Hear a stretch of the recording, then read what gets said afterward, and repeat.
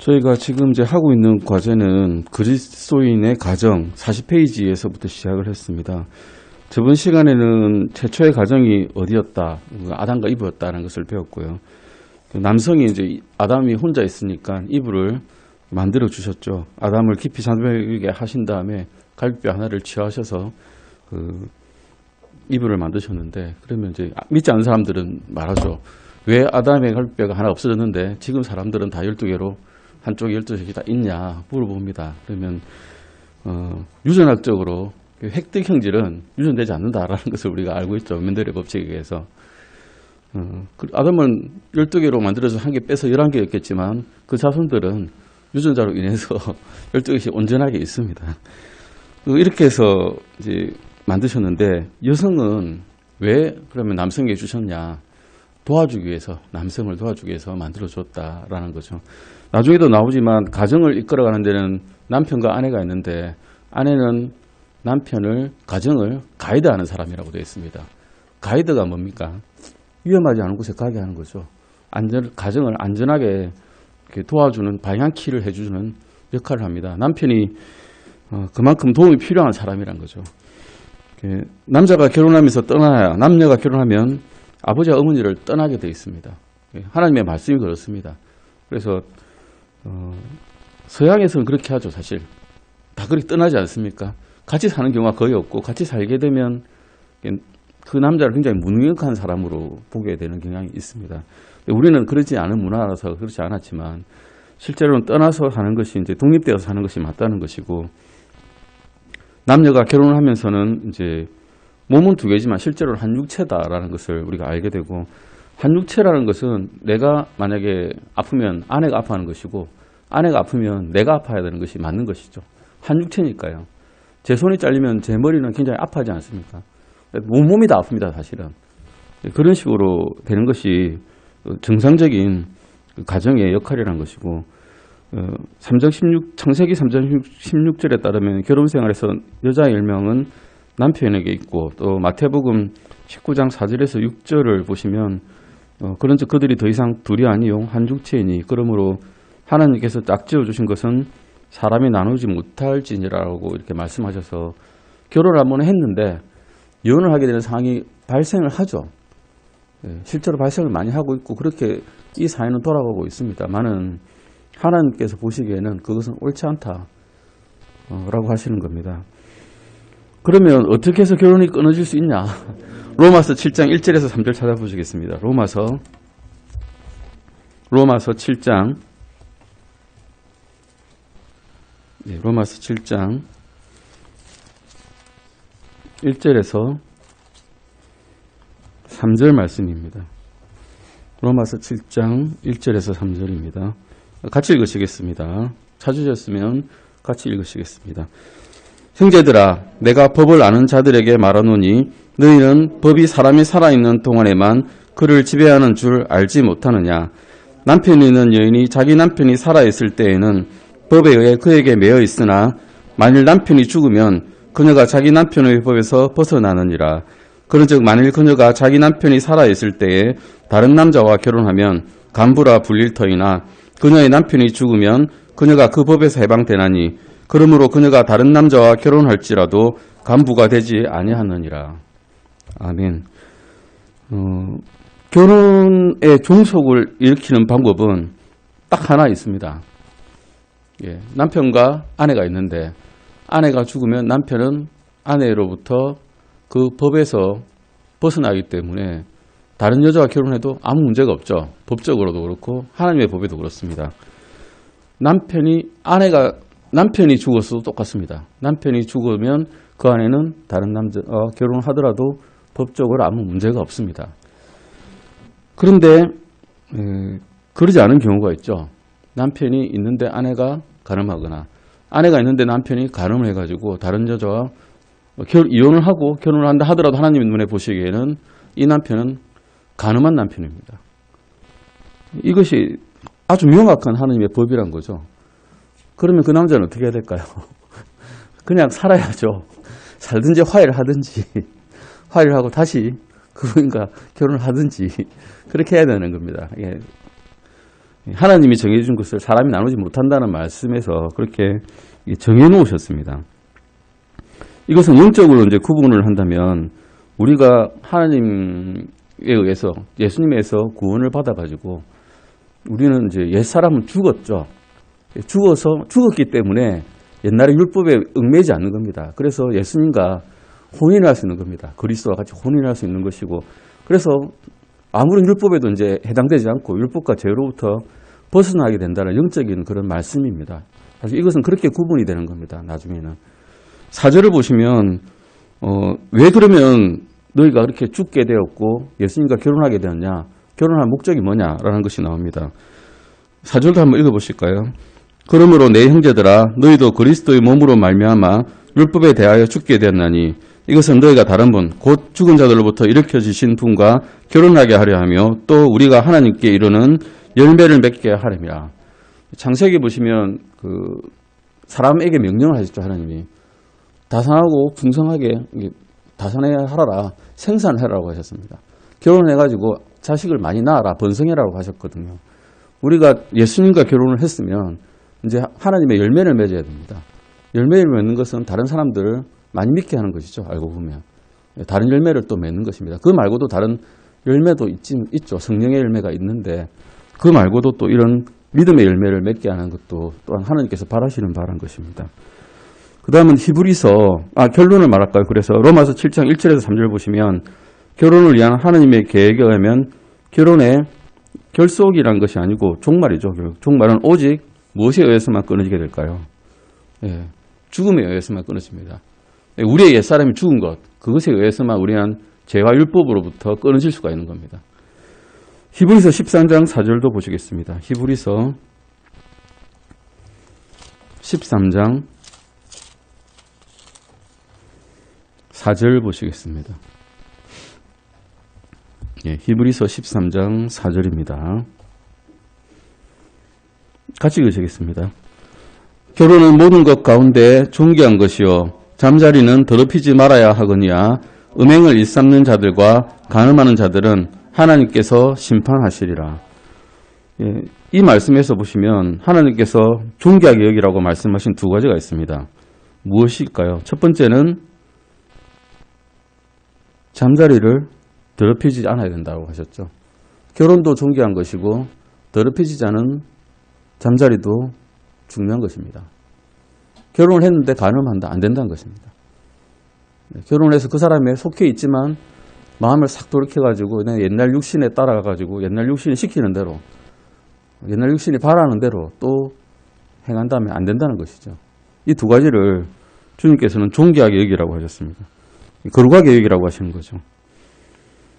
간단하게 말해서 결혼 생활을 순결하게 지키고 또 더럽히지 않도록 지키라고 말씀하고 계십니다. 근데 다툼이 생기면 어떻게 할까요? 다툼이 생깁니다. 어떻게 다툼이 안 생기겠습니까? 해결책이 있어야죠. 서로 싸우게 되고 틀어지게 되고 그럴 때는 그러면 어떻게 해야 되나요? 라고 합니다. 에베소서 4장 32절 한번 찾아보실까요? 에베소서, 나중에도 많이 나오는 구절인데요. 에베소서 4장 32절입니다. 에베소서 4장 32절입니다. 찾으셨으면, 에베소서 4장 32절 찾으셨으면 해결책입니다. 사실은. 같이 읽으시겠습니다. 서로 친절히 대하며 상냥한 마음을 품고 서로 용서하기를 하나님께서 그리스도로 인하여 너희를 용서하신 것 같이 하라. 아멘. 이 정도 말씀 나왔는데 이게 화해를 못하면 이제 그리스도인이 아닌 것처럼 되어버립니다. 사실 남한테 잘하죠. 우리가 남한테 되게 잘하거든요.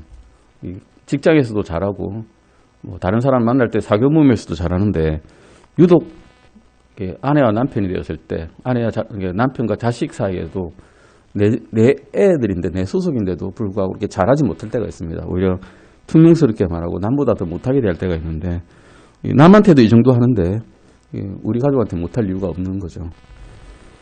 먼저 이제 아내에 대한 남편의 의무가 있고 뒤편에 보면 남편에 대한 아내가 의무가 있고 또 자녀에 대한 부모의 의무, 부모에 대한 자녀의 의무 이런 것들을 쭉 보실 건데요. 첫 번째는 아내에 대한 남편의 의무를 잠깐 찾아보시겠습니다. 이 쭉 다뤄보시면 의무가 쫙 많이 나옵니다. 그런데 결국 이 일을 수행하는 사람은 누군가 하면 남편으로 됩니다. 귀결이 다 남편이 잘해야 된다라고 나옵니다. 들어보실만 할 겁니다.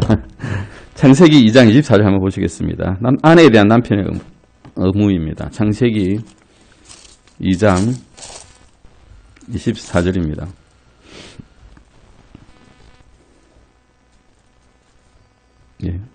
같이 읽으시겠습니다. 그러므로 남자가 자기 아버지와 어머니를 떠나 자기 아내와 연합하여 그들이 한 육체가 될지니라. 연합한다고 되어 있습니다.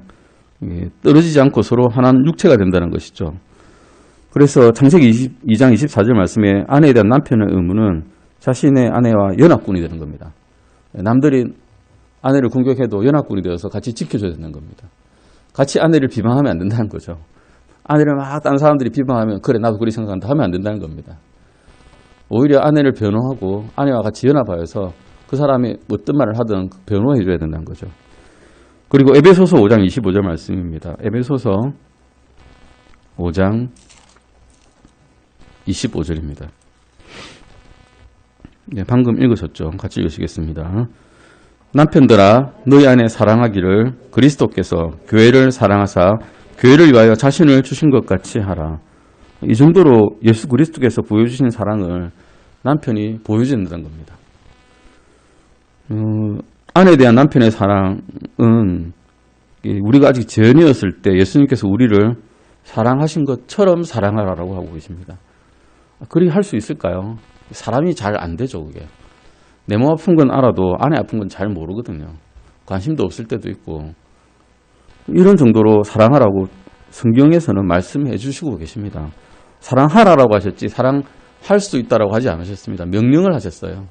이렇게 하시라고. 아내를 위한 남편의 사랑은 또한 에베소서 5장 25절 방금 보셨듯이 교회를 위한 그리스도의 사랑과 같아야 된다고 말씀하고 계십니다.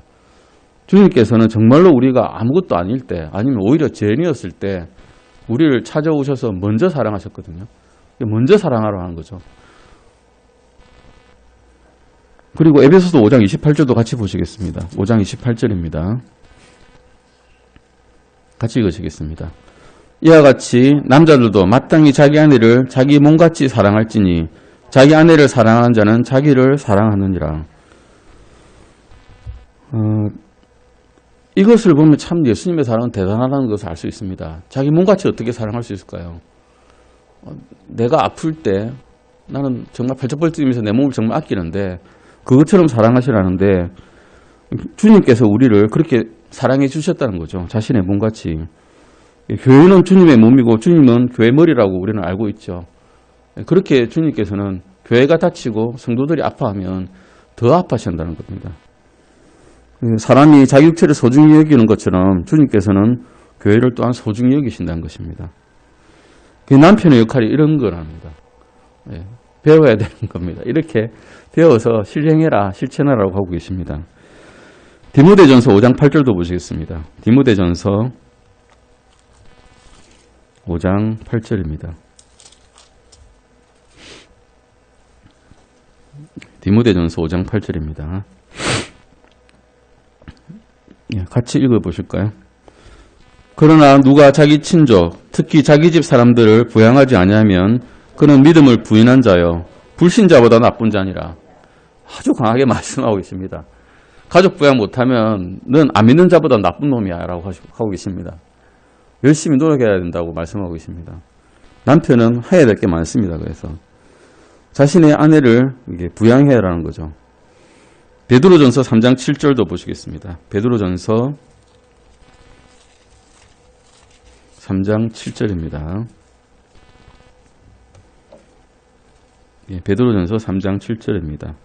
같이 읽으시겠습니다. 남편들아 이와 같이 너희도 지식에 따라 그들과 동거하고 아내를 더 약한 그릇이요 또 생명의 은혜를 함께 상속받을 자로 여기고 존중하라. 그리하여야 너희 기도가 방해를 받지 아니하리라.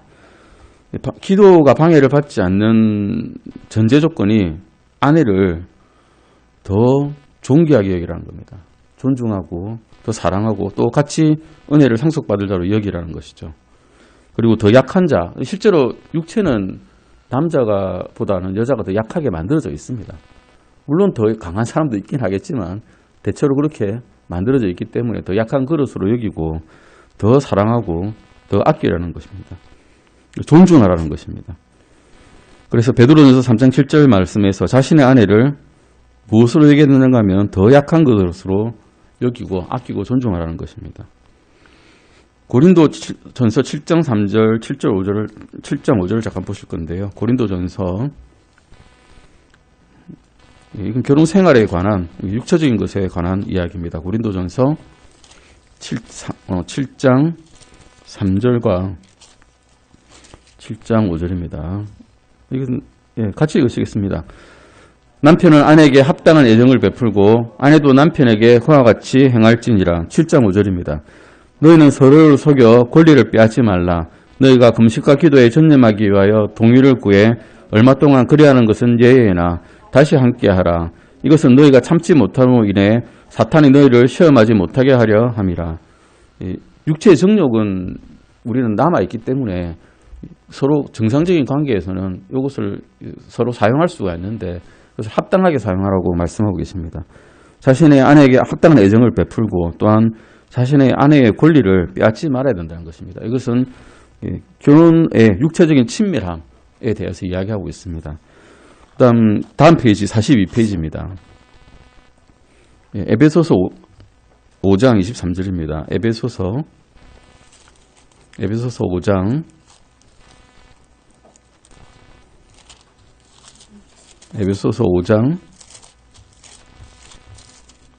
23절 말씀입니다. 같이 읽으시겠습니다. 이는 남편이 아내의 머리됨이 그리스도께서 교회의 머리 되신과 같기 때문이라. 그분은 그 몸의 구원자시니라. 우리를 구원하신 분이 그리스도시라는 건 다 인정하실 것입니다. 남편도 또한 이런 아내와의 관계에서 머리가 돼야 되는데 주님께서 우리를 함부로 휘두르신 적, 부신 적 있습니까? 느낀 적 있으십니까? 그러지 않으십니다. 남편도 똑같이 아내의 머리이지만 마음대로 휘두르지 않습니다. 오히려 돌보시죠. 필요를 주시고 필요한 것을 다 충족해 주시고 돌보시는 분입니다. 그래서 결론은 남편이 독재자로서 머리가 아니라 지도력을 발휘하는 데 있는 위치에서 제대로 발휘하라는 것이죠. 남편의 책임이 이만큼 막중합니다. 그러면 남편에 대한 아내의 의무는 무엇이냐라고 나옵니다. 방금 보셨듯이 에베소서 5장 22절 한번 보실까요? 에베소서 5장 22절. 요즘 같은 시대에 씨알도 안 묶일 것 같은 말씀이죠. 사실은. 전혀 안 묶일 것 같습니다. 왜냐하면 이렇게 살지 않거든요. 시대의 풍조가 이제 바뀌었습니다. 18세기, 19세기에는 이렇게 살았습니다. 믿는 가정에서는. 그렇게 살았습니다. 실제로. 하지만 잘못 믿어가지고 남편의 권리를 행사하는 남편들이 많았죠. 그게 이제 많아 보니까 불만이 쌓이게 되고 뒤집어졌습니다. 이제는 오히려 남편이 이렇게 살아야 되는데 5장 22절 한번 보시겠습니다. 같이 읽으시겠습니다. 아내들아 너희 남편에게 복종하기를 주께 하듯 하라. 주님께 하듯이 복종하라는 겁니다. 근데 머리가 잘 일을 안 하면 제대로 된 일을 안 하면 복종하기 쉽지 않죠. 쉽지 않을 뿐만 아니라 복종했을 때 일이 좀 커집니다. 제대로 된 일을 시켜야 몸이 일을 할 때 편한데 제대로 된 일을 안 시키면 몸이 불편해지죠. 가정이 고통을 받게 되는 것이죠. 에베소서 5장 33절 보시겠습니다. 같이 읽으시겠습니다. 그럼에도 불구하고 너희 각 사람이 자기를 사랑하듯 개별적으로 자기 아내를 사랑하고 아내도 주의하여 자기 남편을 존경할지니라. 이게 이상적인 가정의 모습입니다. 남편이 아내를 사랑하고 아내는 남편을 존중하는 것, 존경하는 것. 이것이 이상적인 가정의 모습이죠. 아까 말씀드렸듯이 아내는 가정을 가이드하는 사람입니다. 디모데전서 5장 14절 말씀 찾아보시겠습니다. 디모데전서 5장 14절입니다. 5장 14절입니다. 같이 읽으시겠습니다. 그러므로 나는 젊은 여자들이 결혼해서 자녀들을 낳고 가정을 꾸리며 비방할 기회를 대적에게 전혀 주지 말기를 원하노라. 여기서 가정을 꾸리고라는 말이 나오죠. 이게 꾸린다는 말은 되게 우리 머릿속에 그냥 잘 들어오는데 더 명확한 의미를 영어로 들어보시면 가이드 더 하우스라고 합니다. 가이드 더 하우스. 아내가 가이드가 되는 것입니다. 위험한 곳을 사사삭 피해주고 안내를 해주고 내가 이 가정을 훌륭한 곳으로 성공하는 곳으로 인도하는 것. 인도자의 역할이죠. 인도자가 되는 것입니다. 주의적은 하는데요. 이 목사님께서 이 성경을 이 성경책을 지으실 때만 해도 여성이 직장을 가지는 게 흔하지 않을 때였습니다. 요즘같이 남녀 다 같이 공평하게 일자리를 갖는 때가 아니었기 때문에 이렇게 이제 말씀을 하시는데, 근데 여성의 최순위 역할은 가정을 돌보는 자, 가정을 꾸리는 자라는 것입니다. 성경적인 의미는. 그리고 남편을 소홀하게 여기거나 아이를 차선으로 두게 된다면 직장을 그만두라고 강력하게 또 말씀을 하십니다. 성경적인 의미입니다. 하나님께서는 당신이 일하는 동안 당신의 아이들이 다른 사람의 손에 맡겨주도록 의도한 적이 없으신데 우리 사회는 안 그렇습니다. 이제 유아원도 생기고 지금은 코로나 때문에 잘 못 가고 있어서 일이 좀 커졌지만 24시간 돌봄 이런 것도 있었고요. 그전에는 생활이 막 바뀌는 거죠. 사탄이 의도하는 대로 막 흘러가는 겁니다. 사실은 이 세계가. 왜냐하면 공중권세자는 치리자이기 때문에 그렇습니다. 사탄은 자기가 원하는 대로 끌고 가려고 합니다. 베드로전서 3장 1절도 한번 잠깐 찾아보시겠습니다. 베드로전서 3장 1절입니다. 베드로전서 3장 1절입니다. 그러면 이제 믿는 사람의 남편을 둔 분들은 그래도 말이 통하는데 믿지 않는 남편을 둔 아내분들은 어떻게 할 거냐 이 문제입니다. 그때도 있었거든요. 베드로 시대에도 이런 일이 있었습니다. 그래서 베드로는 이렇게 가이드를 했습니다. 같이 읽으시겠습니다. 아내들아 이와 같이 너희도 너희 남편에게 복종하라. 이것은 누가 말씀에 순종하지 아니하여도 그들 또한 말없이 아내의 행실을 통해 얻고자 함이니. 행실을 통해서 이제 얻고자 한다는 것은 남편이 믿지 않는 사람이라도 아내가 잘 믿고 주님의 말씀대로 순종하고 생활하고 사는 것을 보고 오히려 그 행실을 통해 빛을 보아가지고 남편도 주님께로 돌아오게끔 하라는 말씀이죠. 행실이라는 말은 경건한 생활 방식을 이야기합니다. 구원받지 않았기 때문에 이 사람 말은 내가 들을 필요 없어라고 하지 마시고 교회 모임에 오게 못하게 막는다고 하더라도 남편에게 순종하고 복종해서 오히려 기도하고 하나님께서 그 남편을 다루도록 하시게 두라는 것이죠. 남편에게 성경을 들이밀면서 강요하는 경우가 있는데 그러면 결코 얻지 못하는 경우가 훨씬 더 많다고 말씀하십니다. 그 대신 제시된 성경의 말씀에 따라서 생활함으로써 남편에게 살아있는 복음이 되도록 하라고 말씀하십니다. 남편을 위해서 진심으로 기도하고 그를 사랑하고 남편에게 복음을 전하는 기회를 열어주시고 또 남편을 교회 모임에 초청할 수 있는 기회를 열어주시도록 주님께 구하는 것이죠. 우리 영화 워룸 보신 적 있습니까? 그 아내가 그렇게 했습니다. 자신의 남편이 바람을 피웠습니다. 도저히 용서받지 못할 죄를 지었는데 이 남편을 위해서 오히려 기도에 골방을 만들고 기도에 열람을 하고 기도를 열심히 하고 또 사탄과 전쟁에서 싸움을 이겨가지고 남편이 결국 회심하고 주님께로 돌아오는 역사를 보여주는 그런 영화였는데 한번 보시면 감동받으실 겁니다. 나도 이렇게 한번 해봐야지 하는 마음이 드실 것입니다. 고린도전서 7장 4절 5절도 보시겠습니다. 아까 보신 거와 똑같은 건데요. 사실은 고린도전서 7장 4절과 5절 제가 읽겠습니다. 아까 읽었으니까요. 아내가 자기 몸을 마음대로 하지 못하고 남편도 이와 같이 자기 몸을 마음대로 하지 못하고 아내가 하느니라. 너희는 서로를 속여 권리를 빼앗지 말라. 너희가 금식과 기도에 전념하기 위하여 동의를 구해 얼마 동안 그리하는 것은 예의나 다시 함께하라. 이것은 너희가 참지 못하로 인해 사탄이 너희를 시험하지 못하게 하려 함이라. 남편의 권리를 빼앗지 않는 것도 아내의 의무라는 것입니다. 이것이 이제 남편에 대한 아내의 의무. 남편이 근데 역할이 훨씬 더 큽니다. 사실은 제대로 남편이 아내를 사랑하고 존경받을 만한 일을 해야 사실은 아내도 여기에 대해서 동의를 하실 겁니다. 그 다음은 자녀에 대한 부모의 의무입니다. 자녀는 어떻게 가르치셔야 될까입니다. 시편 127편 3편입니다. 시편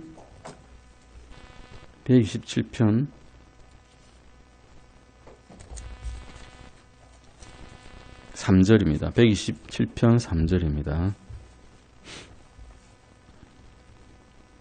네, 같이 읽으시겠습니다. 보라, 자식들은 주의 유산이요 태열미는 그분의 보상이로다. 누구의 유산일까요? 자녀는 나의 유산이야. 아니면 우리 아버지가 잘해줘서 주신, 할아버지가 잘해서 주신 그런 유산이야. 내가 다 써야지. 내 마음대로 써야지. 하는 게 아니라 주님께서 주신 것이랍니다. 내 마음대로 할 수 있는 게 아니란 거죠. 주님께서 주신 거니까 더 소중히 잘 돌보고 잘 키워야 되는 것입니다. 내 게 아니란 겁니다. 분명히 성경에서는 자녀는 너의 것이니까 너 마음대로 해라라고 하지 않으시고 주님께서 주셨으니까 소중히 여기고 키워라라고 하신 것이죠. 그래서 자녀들은 주님의 유산, 인헤리턴스죠. 받아 주신, 우리에게 주신 것이란 거고. 잠언 22장 6절 잠깐 보시겠습니다. 잠언 22장 6절입니다. 같이 읽으시겠습니다. 아이가 마땅히 가야 할 길로 아이를 훈련시키라. 그리하면 그가 늙어서도 그 길을 떠나지 아니하리라. 예. 아이가 마땅히 가야 할 길로 아이를 훈련시키는 존재는 누굴까요? 부모입니다. 학교에서 잘 가르쳐서 아이를 바른 길로 가는 게 아니고, 또는 뭐 교육방송에서 EBS에서 잘 가르쳐서 아이를 바른 길로 가게 하는 게 아니라 부모가 이렇게 해야 된다고 말씀하고 계십니다. 근데 우리는 또 애가 뭐 잘못된 행동하면 도대체 학교에서 어떻게 가르쳤길래 이렇게 이야기하고, 학교에서는 애가 잘못하면 부모가 도대체 어떻게 가르쳤길래 이렇게 이야기하죠. 근데 사실은 모든 게 다 부모 책임이라는 겁니다. 그래서 학교나 TV가 아니라 부모가 자녀들을 양육시켜야 할 책임을 갖고 있다는 것을 우리 성경에서는 분명히 말씀하시고 계십니다. 에베소서 6장 4절 보시겠습니다. 에베소서 6장 4절입니다. 그러면 무엇으로 자녀들을 가르칠까? 교재가 어떤 게 되어야 될까라는 겁니다. 에베소서 6장 4절입니다. 같이 읽으시겠습니다. 또 너희 아버지들아, 너희 자녀들을 노엽게 하지 말고 오직 주의 교육과 훈계로 양육하라. 이게 지정을 하셨죠. 교육의 주체는 아버지랍니다. 어머니들아 안 했거든요. 아버지들아 이렇게 가르치라고 하시는데, 이게 저도 그렇게 못했고 가르치지 못했고 그래서 뭐라고 할 말이 없습니다. 자녀들을 가르친 건 사실은 거의 어머니들이 가르친 것 같습니다. 근데 성경에서는 분명히 가르침의 주체는 아버지고, 무엇으로 가르치는가 하면 주님의 교육과 훈계로 양육해라고 하십니다. 성경으로 가르치는 거죠. 성경 말씀으로 가르치시는 겁니다. 여기서 교육은 다른 말로는 징계도 의미합니다. 작은 일들은 어머니가 가르치시지만 정말 중요한 징계가 필요할 때는 아버지께서 나서야 된다는 거죠. 아이들은 징계가 필요하고 아이들은 또 가정에서 순종하는 것을 배워야 됩니다. 이것을 위해서 부모님께서는 실제적이고 또 의지적인 결단이 필요합니다. 요즘 가르칠 때는 절대 우리 교육방송이나 방송을 보면, 심리학자를 보면 애는 절대 때리면 안 돼요 라고, 위협하면 안 돼요 이렇게 가르치는데, 성경에서는 단호합니다. 애가 잘못했을 때는 회초리를 들으라고 그럽니다. 막 손으로 때리거나 주먹으로 때리는 게 아니라 회초리를 들고 잘못했을 그 당시에 바로 지적을 하고 정해진 규율에 따라서 죄에 대한 응가되는 벌을 받아야 된다라고 가르치고 계시거든요. 순종은 즉각적이고 이의가 없어야 될 정도로, 아이가 동의할 정도로 돼야 된다는 것이고, 아이들의 성품을 올바르게 형성시키기 위해서 부모들은 이 규칙에 오늘은 좀 내가 기분이 좋으니까 넘어갈게 하면 안 된다는 겁니다. 규칙이 있으면 그 규칙에 항상 따라야 된다는 거죠. 또한 아이들에게도 일하는 것을 가르쳐야 되고, 1살이 좀 넘은 아이에게는 뭐 장난감 줍는 일, 간단한 일들을 시킬 수 있고요. 또 행복하고 사회에 유용한 사람이 되기 위해서는 아이들에게 규칙적인 습관들도 가르쳐야 됩니다. 뭐 이를테면 1, 2, 3, 4 이렇게 적어놨죠. 불편하지 않고 정해진 시간에 자게 하고, 손 씻고 이런 깨끗한 위생적인 위생 습관 들이게 하고, 또 정숙하게 행동하고 질서를 지키도록 훈련시키고, 그러려면 부모들이 먼저 이렇게 해야 된다는 거고요. 그 다음에 TV 시청은 세심하게 통제되고 제한돼야 되는데, 요즘에 TV 시청하는 애들 못 봤어요. 다 유튜브 보고 있죠. 어떤 신문에 AI 러닝을 시키는 걸 봤어요. 어떤 애들한테는 EBS 교육 방송이나 아니면 정해진 아주 좋은 프로그램들을 AI 수준의, 아이들 수준의 AI를 시켜서 러닝을 시키고, 그 다음에 그냥 유튜브에 막 나오는 것들, 이런 것들을 다 AI에게 러닝 시켜가지고 두 개를 비교를 하니까 나중에 어른한테 대하는 태도가 확 달라졌습니다. 잘 교육받은 애들은 어머니가 뭐라고 이렇게 하라고 시키면 네 알겠습니다. 이렇게 하는 게 좋겠습니다라고 AI가 반응했는데, 반해서 유튜브만 막 보고 시키는 이 AI는 내가 왜 그래야 되는데요? 내가 더 잘하는데요? 왜 이렇게 나한테 시켜요? 이렇게 반응을 하더랍니다. 뇌의 발달 과정은 똑같기 때문에 결국 그렇게 가면 그렇게 간다는 거죠. 그래서 아주 통제를 잘해야 된다라고 이야기하고 있습니다. 또한 아이들이 이제 다른 사람과 평화롭게 지내는 기술을 가르쳐야 되는데, 요즘 대가족이 아니기 때문에 이거 가르치기가 되게 어렵습니다. 거의 그냥 혼자만 있는 애들이 많기 때문에, 외동아들이고 외동딸이고 다 이렇기 때문에 다른 사람과 같이 어울려서 하기가 힘들고, 특히 요즘 같은 시대는 더 힘들죠. 서로 만나지도 못하게 하니까. 그래서 결국 부모님과의 관계에서 애들이 이런 것들을 배워야 되는 것이죠. 싸우지 않게 하고, 다른 가족 구성원의 소유물을 존중시키고, 또 아이들에게 자기의 물건을 다른 사람들에게도 나눠줄 수 있도록, 또 아이들에게 용서를 하는 방법, 또 용서를 구하는 방법도 가르쳐야 된다는 겁니다. 44페이지입니다. 그 다음에 돈을 사용하게 하는 방법입니다. 이게 돈을 사용하는 방법이 제일 어렵습니다. 자신을 위해서 쓰는 방법들은 되게 안 가르쳐도 잘 아는데, 정확하게 쓰는 방법을 가르치기는 정말 어렵습니다. 경제관념을 가지게 하는 것도 어렵고요. 보통은 이제 나이가 들었을 때 자신이 필요한 용돈을 벌게 합니다.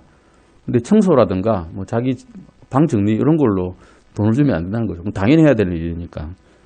또 아이들에게 11조 하는 것, 또 주님과 그분의 사이에 헌물을 드리는 것 가르쳐야 되고요. 돈을 지혜롭게 쓰는 방법, 또 저축하는 방법 이런 거를 가르쳐야 되는데, 이게 되게 어렵습니다. 있는 사람들은 있는 사람들도 어렵고, 없는 분들은 없는 분대로 어렵습니다.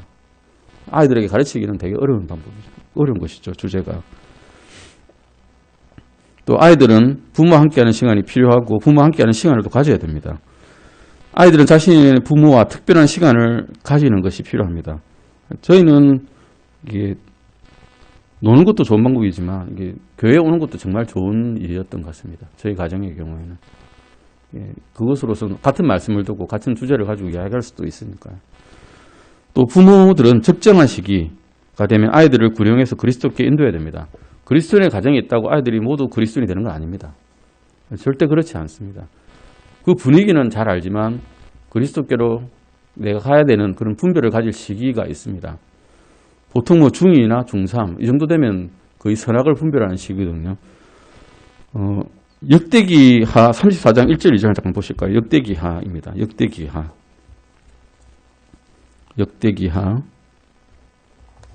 34장 1절 2절입니다. 같이 한번 읽어보실까요? 역대기하 34장 1절 2절입니다. 요시아가 통치하기 시작할 때에 나이가 8세더라. 그가 예루살렘에서 31년 동안 통치하였으며 주의 눈앞에서 올바른 것을 행하여 자기 조상 다윗의 길들로 걷고 오른쪽이나 왼쪽으로나 치우치지 아니하였더라. 요시아랑 이 유다의 왕이 그 나라를 통치하기 시작할 때가 몇 살이라고요? 8세, 8살 때 통치했습니다. 8살 때 선악을 분별할 수도 있겠죠. 하여튼 그런 경우는 별로 사실은 없습니다. 그런데 그 바로 뒷줄 3절을 보시면 그가 아직 어릴 때 곧 자기의 통치 제8년에 자기 조상 다윗의 하나님을 구하기 시작했다라고 되어 있습니다. 그러면 8세에 통치하기 시작해서 하나님을 구하기 시작한 때가 자기 통치 8년이니까 한 16세쯤이죠. 한 고등학생쯤 됐습니다.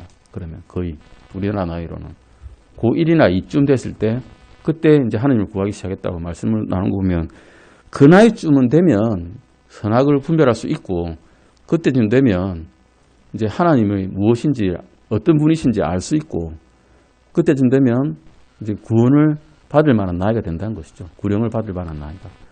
그 전까지는 선악 분별을 못하고 막 그냥 논다 하더라도 그쯤 때까지는 하나님을 이제 예수님을 가르쳐 줘야 된다는 것입니다. 근데 이 앞에 있는 이 일들은 모두 시간과 수고가 필요한 일입니다. 그냥 저절로 되지 않는 일이죠. 그래서 당연히 공을 들여야 됩니다.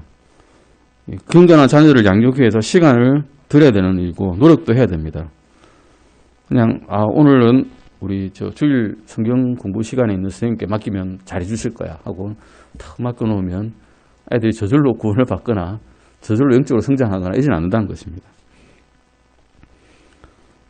가정에서 아이를 데리고 있을 때 자녀 양육을 일관성 있게 이제 꾸준히 실천하는 일에 헌신하라고 말씀하고 계십니다.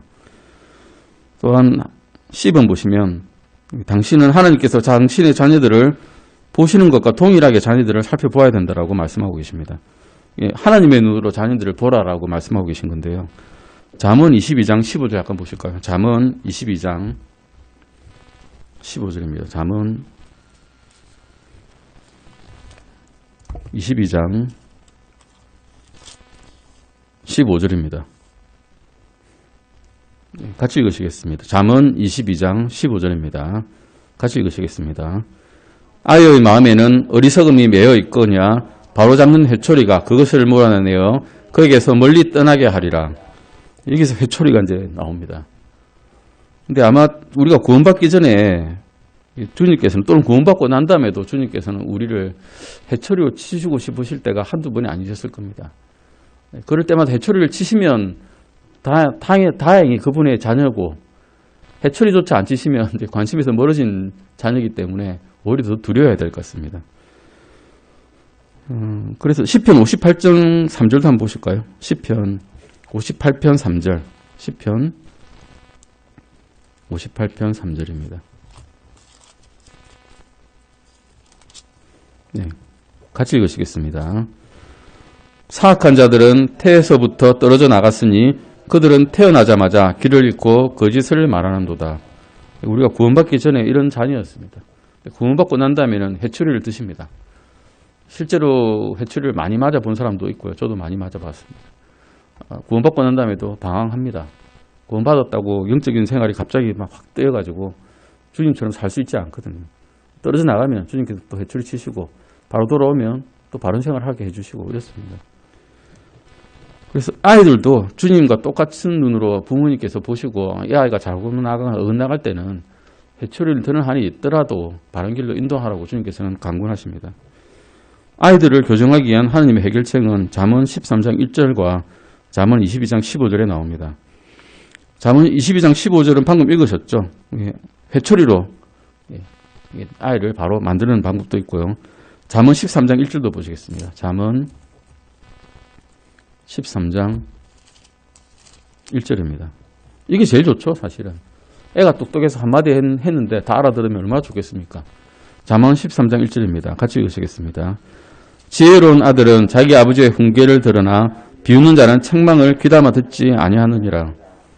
지혜로운 아들은 자기 아버지의 훈계를 듣는답니다. 한마디 하면 그렇습니까? 그게 맞겠네요. 복종하는 거죠. 근데 어리석은 자는 책망을 귀담아 듣지 않고 흘리다가 이제 회초리를 맞게 되죠. 회초리 맞는 것보다야 말로 듣는 게 서로 평화적이고 좋습니다.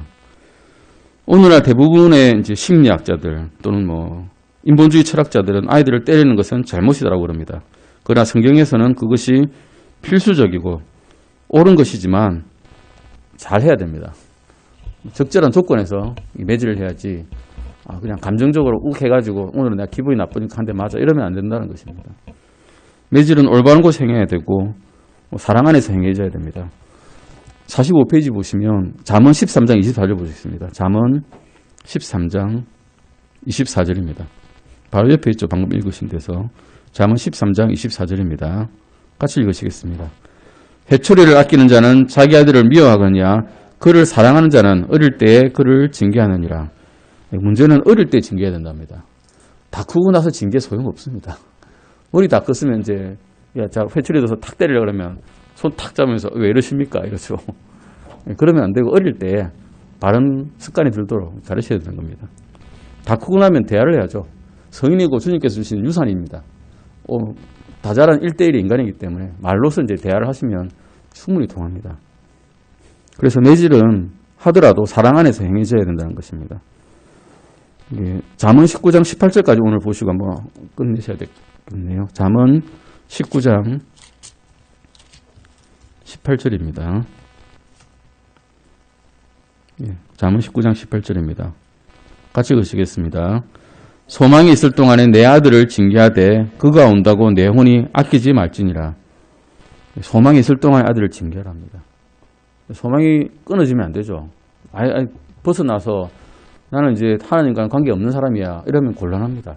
소망이 있을 동안에 아이가 아직 어릴 동안에 영적으로 아직 성숙치 못할 그 동안에는 어쨌든 다독거려가지고 주님께로 끌고 가는 것이 부모의 의무라는 것입니다. 그 다음 말씀은 찾아보시면 되고요. 매질은 효과 있게 하고 꾸준하고 일관성 있게 또 매질 이후에도 사랑을 나타내고 기도하는 시간을 가지라는 것입니다. 법에 의해서 잘못된 것에 대한 징계에 대해서는 사과하지 말고 단지 내가 너를 사랑하기 때문에 그렇다는 것을 꼭 확인을 시키는 겁니다. 그냥 때리고 사과를 꼭 받아야 되겠다 그러면 곤란한데 왜 때렸어요? 사과를 꼭 받아야 되겠어요? 곤란하긴 한데 그 이유와 목적에 대해서 분명하게 주지를 시키고 해야 되는 거죠. 그냥 이유 없이 하면 안 되는 겁니다. 이것이 이제 아이들에 대한 자녀에 대한 부모의 의무입니다. 다음 시간에는 부모에 대한 자녀의 의무, 또 가정생활에 대해서 우리가 한번 쭉 공부를 해보시겠습니다. 오늘 내용이 좀 많이 어렵고 저희들은 사실 아이를 이미 다 키운 분들이 많으시기 때문에 아직 어린 애들이 있는 부모님들이 별로 안 계시기 때문에 와닿지 않으실 수도 있겠습니다. 근데 저는 좀 후회가 되는 때가 있었습니다. 이 말씀을 듣고. 예전에 할 때도 좀 후회가 됐었고 후회가 하면 사람이 좀 바뀌죠. 저도 좀 바뀌고 성경 말씀이 이렇구나. 자녀에 대해서는 이렇게 해야 되겠구나.